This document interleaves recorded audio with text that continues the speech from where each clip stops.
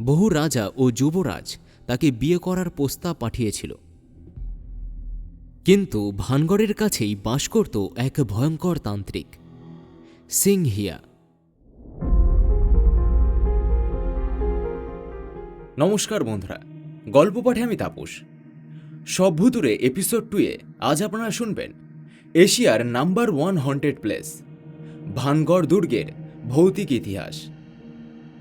দিনের বেলা এখানে ট্যুরিস্টদের ভিড় লেগেই থাকে। কেউ আসে ইতিহাস দেখতে, কেউ আসে ছবি তুলতে, কিন্তু সন্ধ্যা নামলেই পুরো জায়গাটিকে ফাঁকা করে দেওয়া হয়। আর্কোলজিক্যাল সার্ভে অফ ইন্ডিয়ার নিয়ম অনুযায়ী সূর্য অস্তের আগে এবং সূর্যোদয়ের পরে এখানে প্রবেশ সম্পূর্ণ নিষেধ। কেউ কেউ বলে এখানে মোবাইল ফোন বা কোনো ইলেকট্রনিক ডিভাইস নিয়ে আসলে সেই ডিভাইস নাকি হঠাৎই কাজ করা বন্ধ করে দেয়। আবার অনেকে বলে এখানে মিষ্টির প্যাকেট নিয়ে আসলে নাকি সেই প্যাকেট ছিঁড়ে মিষ্টি মাটিতে পড়ে যায়। আবার অনেকে বলে তারা নাকি এই দুর্গর ভেতর থেকে রাতের বেলা কোনো মহিলার কান্নার শব্দ শুনতে পেয়েছে। লোককাহিনী অনুযায়ী দুটি অভিশাপের কথা উঠে আসে। আর কেনই বা আর্কোলজিক্যাল সার্ভে অফ ইন্ডিয়া সূর্যাস্তের আগে এবং সূর্যোদয়ের পরে এখানে প্রবেশ সম্পূর্ণ নিষেধ করে দিয়েছে? তাহলে চলুন আজ জানা যাক ভানগড় দুর্গের সেই ভৌতিক ইতিহাস। গা ছমছমে কিছু ভৌতিক গল্প দিয়ে সাজানো আমার এই বিশেষ নিবেদন সব ভুতুরে, প্রতি শনিবার ঠিক রাত 12টার পর।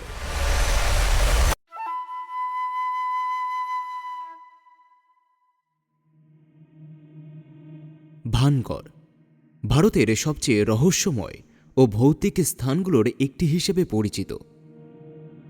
16শো শতাব্দীর মাঝামাঝি সময় রাজস্থানের আম্বর রাজ্য তখন শক্তিশালী এবং সমৃদ্ধ।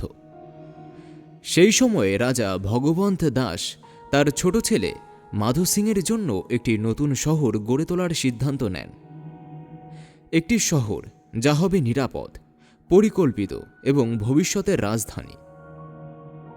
প্রায় 1573 খ্রিস্টাব্দে আরাবল্লীর পাহাড়ের ঢালে শুরু হয় এক বিশাল নির্মাণ কাজ। স্থানটি বেছে নেওয়া হয় খুব হিসেব করে।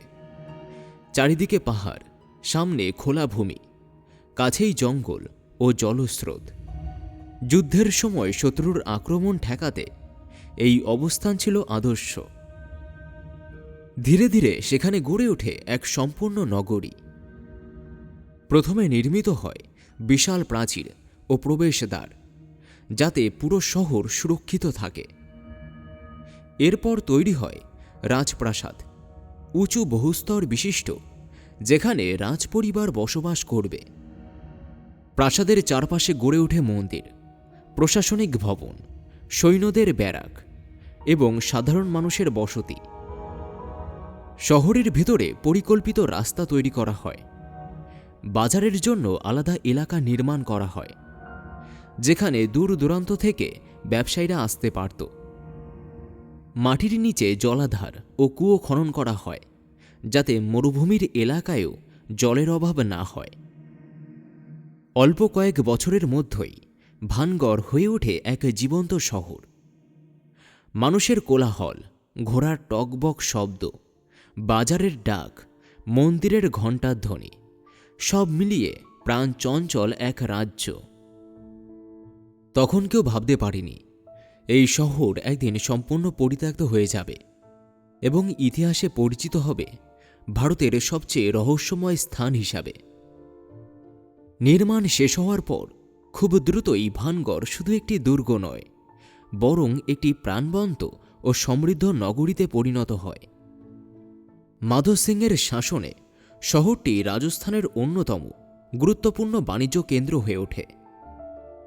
ভোরবেলা সূর্য ওঠার সঙ্গে সঙ্গে শহর জেগে উঠত। দুর্গের ভেতরের প্রধান সড়কে শুরু হতো বাজার। মশলা, কাপড়, অলংকার, অস্ত্র, সুগন্ধি, ফলমূল সবকিছুই বেচাকেনা চলত। দূর দূরান্ত থেকে ব্যবসায়ীরা আসত এখানে, কারণ ভানগড় ছিল নিরাপদ এবং সমৃদ্ধ। শুধু বাণিজ্য নয়, ধর্মীয় জীবনও ছিল অত্যন্ত সক্রিয়। শহরে নির্মিত হয়েছিল বহু মন্দির, শিব, গণেশ, হনুমান এবং দেবী মন্দির। প্রতিদিন সকাল সন্ধ্যায় মন্দিরের ঘণ্টার ধ্বনি পুরো শহর জুড়ে ছড়িয়ে পড়ত। রাজপ্রাসাদের ভেতরে ছিল রাজকীয় জীবন, নৃত্য, সঙ্গীত, সভা, রাজনীতি এবং উৎসব। দুর্গের ভেতরে বাগান, পুকুর ও বিশ্রামস্থল তৈরি করা হয়েছিল, যাতে গরম মরুভূমির আবহাওয়াতেও বাস করা যায় স্বাচ্ছন্দ্যে। কৃষি এবং জলব্যবস্থা ছিল উন্নত, আশেপাশের জমিতে চাষ হতো, আর জলাধার ও কুয়ো শহরের জলের চাহিদা মেটাত। ফলে দীর্ঘ সময় ধরে শহরটি স্বয়ংসম্পূর্ণ ছিল। এই সময়ে ভানগড় ছিল এক জীবন্ত, সুখী এবং শক্তিশালী নগরী, যেখানে মানুষ ভবিষ্যৎ নিয়ে আশাবাদী ছিল, নিরাপদ ছিল এবং সমৃদ্ধ ছিল। কিন্তু ইতিহাসের অদ্ভুত নিয়মে যত উঁচুতে ওঠা যায়, পতন ততই ভয়ঙ্কর হয়। কেউ জানত না এই আনন্দময় শহরের উপরে ধীরে ধীরে নেমে আসছে এক অদৃশ্য অন্ধকার। লোককথা বলে, ভানগড় শহর গড়ে ওঠার অনেক আগেই ওই পাহাড়ি এলাকায় বাস করতেন এক শক্তিশালী সাধু, বালুনাথ। তিনি ছিলেন নির্জনবাসী, তপস্বী এবং স্থানীয় মানুষ তাকে গভীর শ্রদ্ধা করত। যখন রাজা ভগবন্ত দাস সেখানে নতুন শহর নির্মাণের সিদ্ধান্ত নেন, তখন সাধুর আশ্রম পড়ে সেই এলাকার মধ্যেই। রাজা নিজে এসে তার অনুমতি চান। সাধু অনুমতি দেন, কিন্তু একটি কঠোর শর্তে: দুর্গ বা প্রাসাদের ছায়া যেন কোনোদিন আমার আশ্রমের উপর না পড়ে। রাজা সেই শর্ত মেনে নেন। পরিকল্পনা করা হয় এমনভাবে যাতে প্রাসাদ খুব বেশি উঁচু না হয়। প্রথম দিকে সব ঠিকই ছিল, কিন্তু সময়ের সঙ্গে সঙ্গে ভানগড়ের সমৃদ্ধি বাড়তে থাকে। রাজপ্রাসাদ আরও উঁচু করা হয়, নতুন ভবন তৈরি হয়, শহর প্রসারিত হয়। আর একদিন বিকেলের সূর্য যখন পশ্চিমে হেলে পড়ে, তখন প্রাসাদের দীর্ঘ ছায়া নাকি পৌঁছে যায় সাধুর আশ্রম পর্যন্ত। লোককথা অনুযায়ী সেই মুহূর্তেই সাধু ক্রুদ্ধ হয়ে ওঠেন। তিনি বলেন, অহংকারে তোমরা আমার সত্য ভেঙেছ, এই নগরী আর টিকবে না, সব ধ্বংস হয়ে যাবে। তারপর তিনি ভানগড়কে অভিশাপ দেন। কেউ বলে তিনি সেই জায়গা ছেড়ে চলে যান, কেউ বলে তিনি সেখানেই ধ্যানমগ্ন অবস্থায় দেহত্যাগ করেন। কিন্তু এরপর থেকেই নাকি শহরের ভাগ্য বদলাতে শুরু করে। অদ্ভুত ঘটনা, অশান্তি, দুর্ভাগ্য ধীরে ধীরে যেন এক অদৃশ্য অন্ধকার শহরটিকে গ্রাস করতে থাকে। এটি ইতিহাস নয়, লোককথা, কিন্তু ভানগড়ের রহস্যের সবচেয়ে পুরনো এবং সবচেয়ে ভীতিকর গল্পগুলোর একটি। এবং অনেকেই বিশ্বাস করে ভানগড়ের পতনের শুরু এখান থেকেই। ভানগড়ের ইতিহাসের সবচেয়ে বিখ্যাত এবং সবচেয়ে ভয়ঙ্কর গল্পটি জড়িয়ে আছে এক রাজকুমারী এবং এক তান্ত্রিককে ঘিরে। ভানগড়ের রাজকুমারী রত্নাবতী ছিলেন ভানগড়ের শাসক রাজা ছত্রসিংহের কন্যা। রাজা ছত্রসিংহ ছিলেন আম্বর রাজবংশের রাজা মাধো সিংয়ের পুত্র, এবং তার শাসনকালেই ভানগড় নগরীর সমৃদ্ধি ঘটে। রাজকুমারী রত্নাবতী ছিলেন অপরূপ সুন্দরী, বুদ্ধিমতী এবং সাহসী। বলা হয় তার সৌন্দর্যের খ্যাতি দূর দূরান্ত পর্যন্ত ছড়িয়ে পড়েছিল। বহু রাজা ও যুবরাজ তাকে বিয়ে করার প্রস্তাব পাঠিয়েছিল। কিন্তু ভানগড়ের কাছেই বাস করত এক ভয়ঙ্কর তান্ত্রিক, সিংহিয়া। সে ছিল কালাজাদুর সাধক, নিষ্ঠুর এবং ক্ষমতালোভী। রাজকুমারীর সৌন্দর্যে সে মুগ্ধ হয়ে পড়ে। সে জানত স্বাভাবিকভাবে কখনোই সে রাজকুমারীকে পাবে না, তাই সে আশ্রয় নেয় তন্ত্র ও কালাজাদুর। একদিন রাজকুমারীর দাসীরা বাজারে সুগন্ধি কিনতে আসে।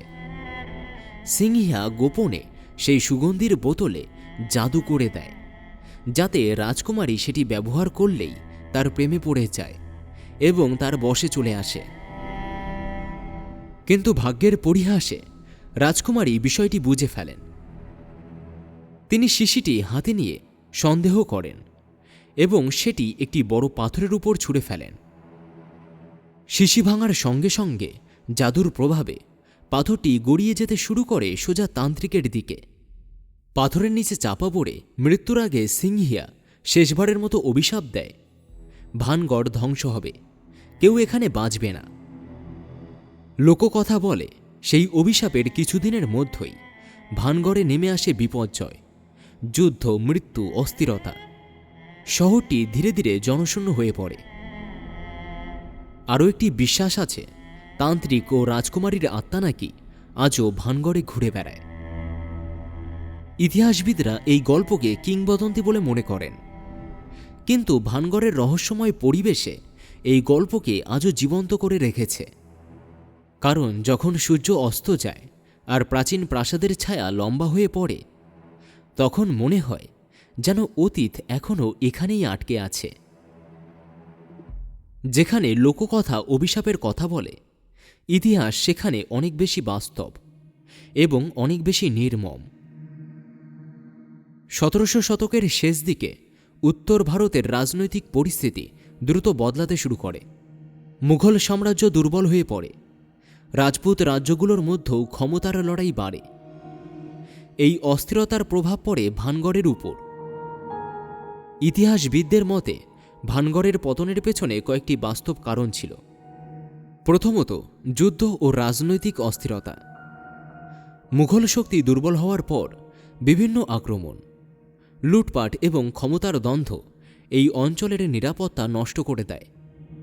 একটি বাণিজ্য নির্ভর শহরের জন্য এটি ছিল মারাত্মক আঘাত। দ্বিতীয়ত, জলের সংকট। ভানগড় পাহাড়ি ও শুষ্ক অঞ্চলে অবস্থিত। খাবার জল শুকিয়ে গেলে বড় শহরে টিকিয়ে রাখা অসম্ভব হয়ে পড়ে। জলাধার ও কুয়োগুলো আর পর্যাপ্ত পানীয় জল দিতে পারছিল না বলে ধারণা করা হয়। তৃতীয়ত, অর্থনৈতিক পতন। বাণিজ্য কমে গেলে শহরের গুরুত্ব কমে যায়। ব্যবসায়ীরা অন্য নিরাপদ ও সমৃদ্ধ শহরে চলে যেতে শুরু করে, ফলে ধীরে ধীরে জনসংখ্যা কমে যায়। চতুর্থ, জনবসতির স্থানান্তর। মানুষ নিরাপদ ও সমৃদ্ধ এলাকায় চলে যায়, শহরটি ধীরে ধীরে পরিত্যক্ত হয়ে পড়ে। সবচেয়ে গুরুত্বপূর্ণ বিষয় হল, ভানগড় এক রাতে ধ্বংস হয়নি, বরং বহু বছর ধরে ধীরে ধীরে শহরটি খালি হয়ে গেছে। প্রাসাদ, বাড়িঘর, বাজার সব ফেলে রেখে মানুষ চলে গেছে অন্যত্র। সময়ের সাথে সাথে প্রকৃতি দখল করে নেয় সেই পরিত্যক্ত নগরী। কিন্তু রহস্য রয়ে যায়, কেন এত বড় শহর আর কখনো পুনরায় বসতি হয়ে উঠল না? কেন শতাব্দীর পর শতাব্দী এটি জনশূন্য রয়ে গেল? এই প্রশ্নগুলোর উত্তর আজও পুরোপুরি জানা যায়নি। আর ঠিক সেখানেই ইতিহাস শেষ হয় এবং শুরু হয় ভয়ঙ্কর কিংবদন্তির জগৎ। আজকের দিনে ভানগড় একটি সংরক্ষিত প্রত্নতাত্ত্বিক এলাকা। দিনের বেলায় এখানে পর্যটকদের ভিড় থাকে, কিন্তু সূর্য পশ্চিমে ঢলে পড়তেই জায়গাটি দ্রুত ফাঁকা করে দেওয়া হয়। কারণ ভারতের প্রত্নতত্ত্ব বিভাগ ASI নিজেই এখানে একটি সতর্কবার্তা দিয়েছে। দুর্গের প্রবেশপথে বড় বড় করে লেখা থাকে যে রাতে এখানে থাকা আইনত দণ্ডনীয়। কোনো ব্যক্তি সূর্যাস্তের পর ভিতরে থাকলে শাস্তির মুখোমুখি হতে পারে। সরকারি কারণ হিসাবে বলা হয়, এলাকা জঙ্গলে ঘেরা এবং বন্যপ্রাণীর চলাচল আছে। অন্ধকারে দুর্গের ভাঙা স্থাপনা বিপজ্জনক, নিরাপত্তার ব্যবস্থা নেই, দুর্ঘটনার সম্ভাবনা বেশি। কিন্তু স্থানীয় মানুষ এবং পর্যটকদের কাছে এই ব্যাখ্যা যথেষ্ট নয়, কারণ বহু বছর ধরে নানা অদ্ভুত অভিজ্ঞতার গল্প প্রচলিত আছে। কেউ বলে ফাঁকা মন্দির থেকে ঘণ্টার ধ্বনি আসে, আবার অনেকে নাকি হঠাৎ অসুস্থ হয়ে পড়েছে বা অজানা ভয়ে পালিয়ে এসেছে। স্থানীয় গ্রামবাসীরা সূর্য ডোবার পর ভানগড়ের দিকে তাকাতেও চায় না। তাদের বিশ্বাস, রাত হলেই জায়গাটি আর মানুষের নয়। বিজ্ঞানীরা এসব গল্পের সত্যতা প্রমাণ করতে পারেননি, কিন্তু অস্বীকারও করতে পারেননি মানুষের অভিজ্ঞতা। ফলে ভানগড় আজ এক অদ্ভুত দৈত্য পরিচয় নিয়ে দাঁড়িয়ে আছে। দিনে একটি ঐতিহাসিক ধ্বংসাবশেষ, রাতে একটি নিষিদ্ধ রহস্যময় এলাকা।